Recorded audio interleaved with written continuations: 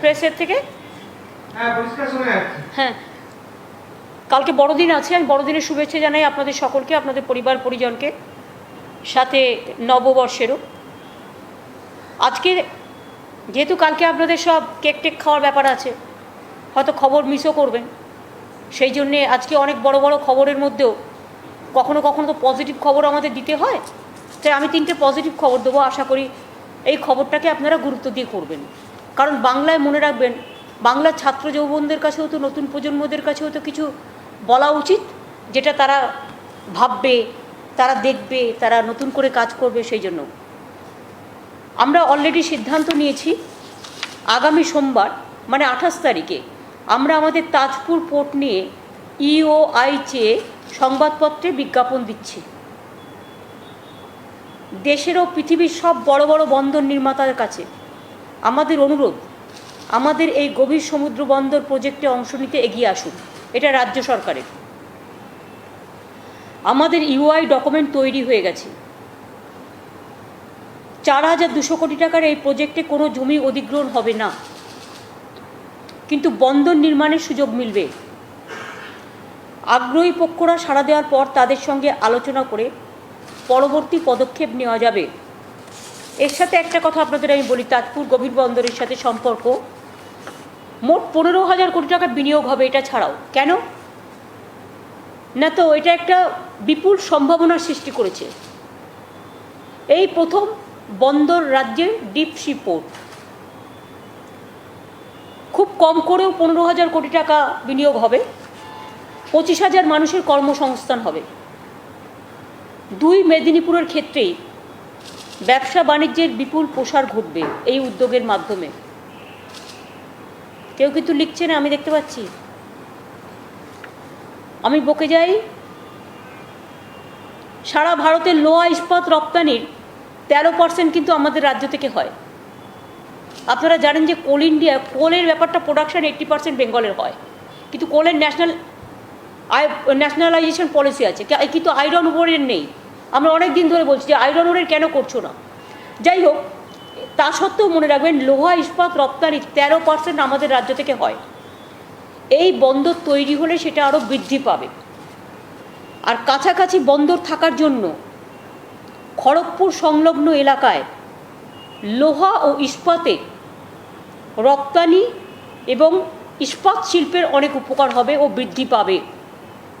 ফলে মেদিনীপুর জেলা, পুরুলিয়া, মেদিনীপুর পূর্ব পশ্চিম, ঝাড়গ্রাম, পুরুলিয়া, বর্ধমান ও বাঁকুড়া থেকেও ইস্পাত রপ্তানি উল্লেখযোগ্যভাবে বাড়বে।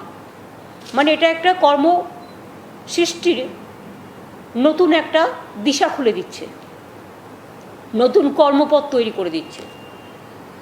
আর একটা মনে রাখবেন, এই বন্দর তৈরি হলে মেদিনীপুর থেকে দক্ষিণ পূর্ব এশিয়া ও জাপানে যে সি ফুড রপ্তানি হয়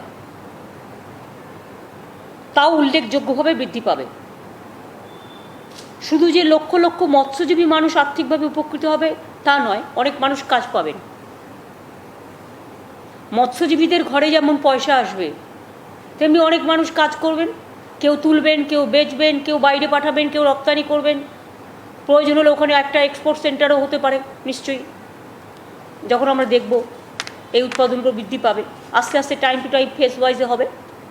ওয়েস্ট বেঙ্গল ম্যারিটাইম বোর্ড আর WBIDCর অন্তর্গত তাজপুর গভীর সমুদ্র বন্দর রাজ্যের উন্নয়নের ইতিহাসে এক যুগান্তকারী পদক্ষেপ। পেরেছি বোঝাতে? এবার হচ্ছে আমার সিঙ্গুরের শিল্প পার্ক। আপনারা জানেন, চাষিদের যখন আন্দোলন হয়, সিঙ্গুরের জমি তো আমরা ফেরত দিয়েছি এবং এখনও কিন্তু আমরা মাসে 2,500 টাকা করে না 2,000 টাকা করে কত একটা দিই আমরা, সম্ভবত 2,500। এবং আমরা চালও দিই বিনা পয়সায়, বা 2 টাকা কিলো কিছু একটা দিতাম, এখন তো বিনা পয়সায় পাই। এটা যদি আমার ভুল হয় তাহলে আমি ক্ষমা চেয়ে নেবো, তার কারণ হচ্ছে আমি যেহেতু এক্ষুনি এটা রেডি হয়ে আসিনি। আইদার 2,000 আর 2,500 টাকা একটা আমরা মান্থলি এখনও দিই কৃষকদের, এবং চালও দিই। সিঙ্গুরে আমরা, ওরা যেহেতু বলতো যে কৃষি এবং শিল্প দুটোর মধ্যে একটা হাসি খুশি আমি নাম দিতাম, যে শিল্প আমাদের গৌরব, কৃষি আমাদের গৌরব, শিল্প আমাদের সম্পদ। এবং এখানে বিশেষ করে অ্যাগ্রো ইন্ডাস্ট্রি হতেই পারে। আমরা তো ফোর্ড থেকে শুরু করে অনেককেই বলেছিলাম মোটর কারখানা করবার জন্য যখন আমি নবদ্বীপে গেছি, আমরা 700 একর জমি দিয়েছি, তখনও তাদের কাছে আমরা বলেছিলাম। যাই হোক, তাদের কাছে তো বলা থাকবেই, তার কারণ কোনো না কোনো দিন, আজকে কোভিডে সবাই ব্যস্ত আছে, কোভিডের সময় ইনভেস্টমেন্ট কম হয়, তা সত্ত্বেও মনে রাখবেন, কারণ কেউ সিওরিটি নিতে পারছে না যে কবে এটা শেষ হবে। সুতরাং এটা একটা প্রবলেমেটিক জায়গায় আছি, মানে আমি নই, সারা বিশ্ব। সুতরাং এখনই আমি সেটা বলছি না, কিন্তু একদিন না একদিন হবে। সিঙ্গুরে আমরা একটা অ্যাগ্রো ইন্ডাস্ট্রিয়াল পার্ক তৈরি করছি। যেহেতু সিঙ্গুরের ফসল খুব সুজলা সুফলা শস্য শ্যামলাং, সেই জন্য সিঙ্গুরের ফসল যাতে ভালোভাবে ওখানে প্রোডাকশানগুলো ভালো করে বিক্রি হতে পারে, তারা নানা রকম ডিসপ্লে করতে পারে, তারা নানা রকম নতুন নতুন আইটেম তৈরি করতে পারে, নানা রকম শিট তৈরি করতে পারে, এই সব দিকে লক্ষ্য রেখে অ্যাগ্রো ইন্ডাস্ট্রিয়াল পার্ক আমরা তৈরি করছি। এটা আমাদের ক্ষুদ্র শিল্প উন্নয়ন, West Bengal small scale industrial development corporation 11 acre জমির ওপরে এই পার্কটা বানাচ্ছে। NH2 এর ওপর সিঙ্গুর রেল স্টেশনের কাছে, সিঙ্গুর ট্রমা কেয়ার সেন্টারের কাছে এই জায়গাটা আছে। ওখানে অলরেডি WBSIDC বাউন্ডারি ওয়াল দিতে শুরু করেছে। ওখানে জানেন ট্রমা কেয়ার সেন্টারও আমরা করে দিয়েছি, আমরা ওখানে কর্মতীর্থও করে দিয়েছি, কৃষি মান্ডিও করে দিয়েছি, এগুলো আমি সব আগেই করে দিয়েছি। তাই ইচ্ছুক শিল্পপতিদের কাছে জমির আবেদনপত্র চেয়ে 10 কাঠা থেকে 30 কাঠা পর্যন্ত নানা সাইজের প্লট দেওয়া হবে। বড় প্লটও মিলবে বড় উদ্যোগপতিদের জন্য, আর ছোট প্লট মিলবে ছোট উদ্যোগপতিদের জন্য, মাঝারি প্লটও মিলবে মাঝারি উদ্যোগপতিদের জন্য। শিল্পপতিদের ইচ্ছা অনুযায়ী আমরা কখনো কখনো ডেভেলপও করতে পারি, আমাদের যে সমস্ত প্ল্যানিং আছে, আবার অ্যাজ ইজ ওয়্যার ইজ ভিত্তিতে প্লটও দিতে পারি। এটা একটা হলো। সিঙ্গুর হয়ে গেল, সিঙ্গুরে হচ্ছে, হাসিমারাতেও আমাদের ইন্ডাস্ট্রিয়াল পার্ক হবে, ওটা এখনও প্রপোজালটা তৈরি হচ্ছে। তাছাড়াও পানাগড় ইন্ডাস্ট্রিয়াল পার্কের নতুন বিনিয়োগ, এটা হচ্ছে ধানসিঁড়ি, আপনারা জানেন ধানুকা গ্রুপ, ওরা পানাগড় পার্কে 38 একর জমি নিয়ে 400 কোটি টাকার একটা নতুন প্রজেক্ট করবে বলে আমাদের কাছে জমা দিয়েছে। আমাদের কাছে জমি নিচ্ছে, আমরা জমিটা দিচ্ছি ফুড প্যাকেজিং শিল্পের ফিল্ম উৎপাদন করার জন্য। নিউ টেকনিক, নিউ আইডিয়া, এখানেও অনেক লোকের কর্মসংস্থান হবে। তাছাড়াও সিলিকন ভ্যালিতে সবসময় দরখাস্ত নেওয়ার সুযোগ থাকতো না, হয়তো কোনো একটা টাইমে ধরুন বছরে 2 বার অ্যাডভার্টাইজ করলো যে আপনি you can apply for the land for Silicon Valley IT industry, কিন্তু এখন সেটা তুলে নেওয়া হচ্ছে। আজকে আমি ঘোষণা করছি যে WBIDC, WBSIDCর মতো হিটকো সব সময় জমি অ্যালট করার ডাইনামিক উইন্ডো খুলে রাখবে সিলিকন ভ্যালির জন্য। আমরা ইয়াং জেনারেশনকে প্রায়োরিটি দেওয়ার জন্য IT ইন্ডাস্ট্রিটাকে উপর আরও জোর দিচ্ছি। উইপ্রো আজকে আমাকে চিঠি লিখে আমাদের পুরো কোঅপারেশনের কথা জানিয়েছে, তারা থ্যাঙ্কসও জানিয়েছেন, ইনফোসিসও করছে, আপনারা জানেন। সুতরাং এগুলো সবটাই হচ্ছে, আমি যতটা পারলাম আপনাদের কাছে বললাম। এছাড়া তো অনেক প্রজেক্ট অলওয়েজ হয়, তাই তো।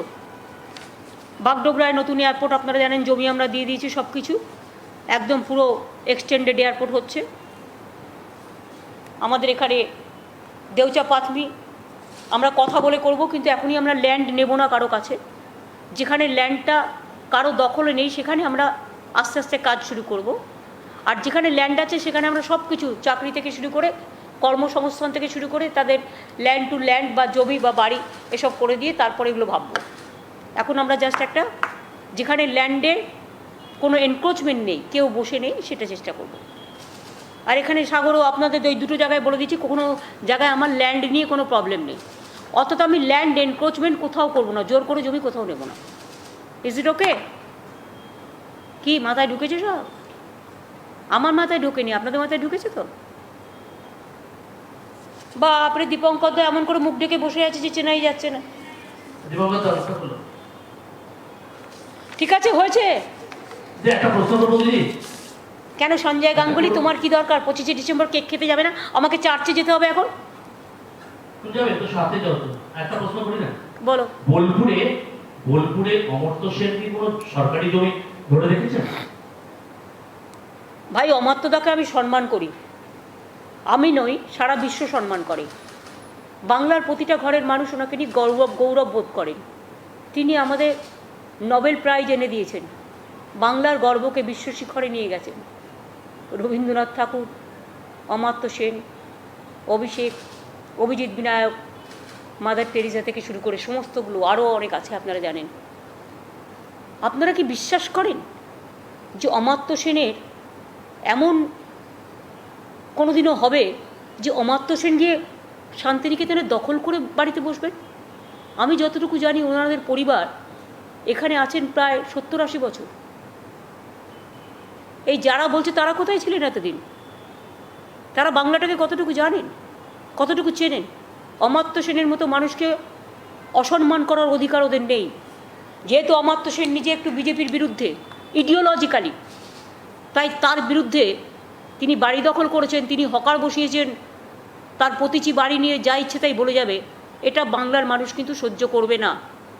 এটা বাংলায় শুধু অমাত্যদার অসম্মান নয়, আমাদের সবার অসম্মান। আমি ক্ষমা চাইছি বাংলার হয়ে অমাত্যদার কাছে, ক্ষমা করবেন অমাত্যদা, আপনাদের মতো মানুষকেও এরা সম্মান দিতে জানে না। আম সরি। অমাত্য সেনের পরিবারের লোকেরাই রবীন্দ্রনাথ ঠাকুরকে ডেকে নিয়ে গিয়েছিলেন সম্ভবত। আলাপন, স্টোরিটা একটু বলে দাও।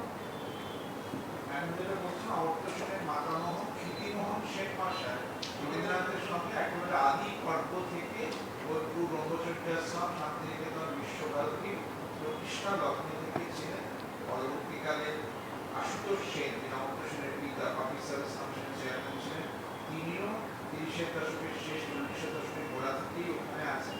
অমাত্য সেনের পরিবার আদিতম পর্ব থেকেই রবীন্দ্রনাথ তথা বোলপুর, শান্তিনিকেতন এবং ওই অঞ্চলের শিক্ষা কেন্দ্রের সঙ্গে ঘনিষ্ঠভাবে যুক্ত। অমাত্য সেনদের মতো মানুষ দ্বিজেন্দা আজকে নেই, বেঁচে নেই।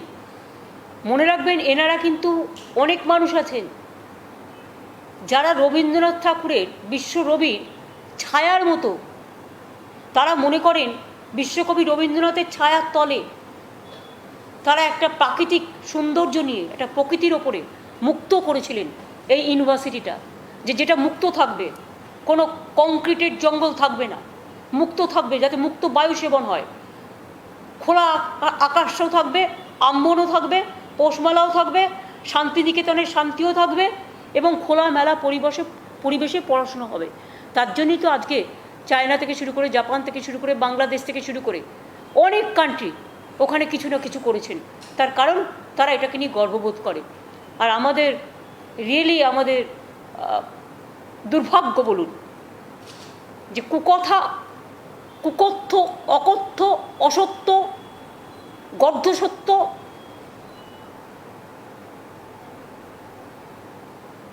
অর্ধনগ্ন ভাষায়, অর্ধনর ভাষায় যে ভাষাগুলো তারা ইউজ করছে আর যার যার সম্বন্ধে ইউজ করছেন। ভাবছেন মমতা ব্যানার্জিকে পেয়ে গেছে একটা সহজ সরল তো ঘরের মেয়ে, তাকে রোজ গালাগালি দেয়, সে তো প্রতিবাদ করে না, কারণ সে জানে আরে করতে দাও, কত আর যায় আসে, লাস্ট অব্দি আমি জিতবো at the end of the day. সেজন্য আমি কিছু বলি না। আমাকে আঘাত করতে করতে বাংলার মনীষীদেরও আঘাত করতে শুরু করেছেন। ঈশ্বরচন্দ্র বিদ্যাসাগরের মূর্তিও ভেঙেছেন। রবীন্দ্রনাথ ঠাকুরের জন্মস্থানটাকে পাল্টে দিয়েছে। বলেছে রবীন্দ্রনাথ ঠাকুর নাকি শান্তিনিকেতনে জন্মেছিলেন। রবীন্দ্রনাথ ঠাকুর জন্মের প্রায় 60 বছর বাদে শান্তিনিকেতন তৈরি হয়েছিল। জোড়াসাঁকোটাকে পর্যন্ত ভুলিয়ে দিয়েছেন। কি চায়? ইতিহাসটাকে ভুলিয়ে দিতে, ভূগোলটাকে ভুলিয়ে দিতে, বাংলার ইতিহাসটাকে ভুলিয়ে দিতে। মনে রাখবেন, বাংলাটা বিশ্ব বাংলা এই কারণে বিশ্ব বাংলা ব্র্যান্ড তৈরি হয়েছে। বাংলা মানে বিশ্ব বাংলা, বাংলা মানে বিশ্বভোর, বাংলা মানে নাসা থেকে ভাষা। আজকে স্পেসেই যান আর ল্যান্ডেই যান, আজকে স্কাইয়েই যান আর স্টারেই যান, আজকে হিলে যান অথবা গ্রিনারিতে যান, আজকে ফরেস্টে যান অথবা যেখানে ইচ্ছা যান, রাস্তায় যান। বাংলাকে বাদ দিয়ে পৃথিবী চলে না। কাজে যারা অপমান করেছে তাদের ক্ষমা চাইতে হবে। আর যদি ক্ষমা না চান, আমি বাংলার বুদ্ধিজীবীদের আবেদন করব, অমাত্যদার পাশে দাঁড়িয়ে এই বয়সে তাকে এই অসম্মানের হাত থেকে বাঁচান। আপনারা সকলে মিলে প্রতিবাদ করুন, যে যেমন করে পারেন প্রতিবাদ করুন। আর আমরাও কিন্তু বলছি, আমার বোলপুরে একটা মিছিল আছে 29 তারিখে, 28 তারিখে আমার এমনি মিটিং আছে, 29 তারিখে মিছিল আছে। অমাত্য সেনকে অসম্মান কেন করা হলো রবীন্দ্রনাথ ঠাকুরের জন্মস্থানে অসম্মান কেন করা হচ্ছে, বিদ্যাসাগরকে অসম্মান কেন করা হচ্ছে, জবাব চাই, জবাব দেয়। এবং পৌষ মেলা কেন বন্ধ হলো, সব কৈফিয়ত কিন্তু আমরা চাই। আগামী দিন প্রত্যেকটা ইঞ্চিতে ইঞ্চিতে কৈফিয়ত দেবো, বিনা যুদ্ধে মানে বিনা কৈফিয়তে 1 ইঞ্চি জমিও ছাড়বো না। ইসিটোকে সঞ্জয় অনেক পেয়ে গেছো। আরে এত ফল বলো, তুমি এত দেখাতে পারবে, তুমি যে এত নিচ্ছ কেন, এত আমাদের দিয়ে বকাও, তারপরে তো 1 লাইন দাও। বিশ্বভারতী কি আপনাকে বলো এটা। দিদি বিশ্বভারতী আপনাকে ডেকেছিল, কিন্তু তার সত্ত্বেও আপনি উপস্থিত থাকেননি বলে বিজেপি। ভাই কবে ডাকলো, কখন ডাকলো? বিজেপি যা বলবে সব আমায় শুনতে হবে, আমার তো একটা অফিস আছে, আমার কিছু জানা নেই। উনি আমার কাছে যেটা কালকে একটা খবর পাঠিয়েছেন, আমি যখন বিশ্বভারতীতে যাবো 28 তারিখে এই বোলপুরে, তখন যদি আমি একটা সময় দিই, উনি একটু দেখা করতে চাইছেন, আমি তখন সময় দিতে পারছি না, সরি। তার কারণ হচ্ছে তখন আমার অলরেডি 3, 4, 5টা মিটিং দেওয়া আছে, তাই মাত্র 1.5 দিনের জন্য আমি থাকবো। আর এই আজকের যে কনভোকেশন হয়েছে বা ফাউন্ডেশন ডে 100 বছর, ওনারা আমাকে কোনো আমন্ত্রণ জানায়নি, নো আমন্ত্রণ, নো ফোন, নো নিমন্ত্রণ, নো বিশ্বর সাথে যোগে যেতে হয় বিহারও, সেইখানে যোগ তোমার সাথে আমারও। আমি নিজের এতে, আমি রাঙামাটির পথে, গ্রাম ছাড়া ওই রাঙামাটির পথ আমার মনও ভুলায় রে, আমি নিজে টুইট করেছি। অনেক অনেক অভিনন্দন যারা আগে ছিলেন, যারা বিশ্বভারতীকে রক্ষা করেছেন, গড়েছেন। আজকে 1-2জন এসে গেছে, হঠাৎ একটা ধর্মীয় উগ্রবাদ এসে গেছে বলে তারা তো বিশ্বভারতীকে একদিনে শেষ করে দিতে পারে না। এর ইতিহাস অনেক, 100 বছর ধরে যারা বিশ্বভারতীকে গড়েছেন, তৈরি করেছেন, অনেক স্টুডেন্ট বেরিয়েছেন, অনেক মাস্টারমশাইরা বেরিয়েছেন, প্রণম্য মানুষরা বেরিয়েছেন, তাদের আমরা সম্মান জানাই, আজকে অভিনন্দন জানাই, কৃতজ্ঞতা জানাই, শুভেচ্ছা জানাই। আর আজকে যারা আছেন temporary, they are not permanent, just for few days, their days are numbered. Thank you. Didi, one question, please. আন না বাবা, অনেক দিয়ে দিচ্ছি, আগে বলনি কেন তোমার, বলো।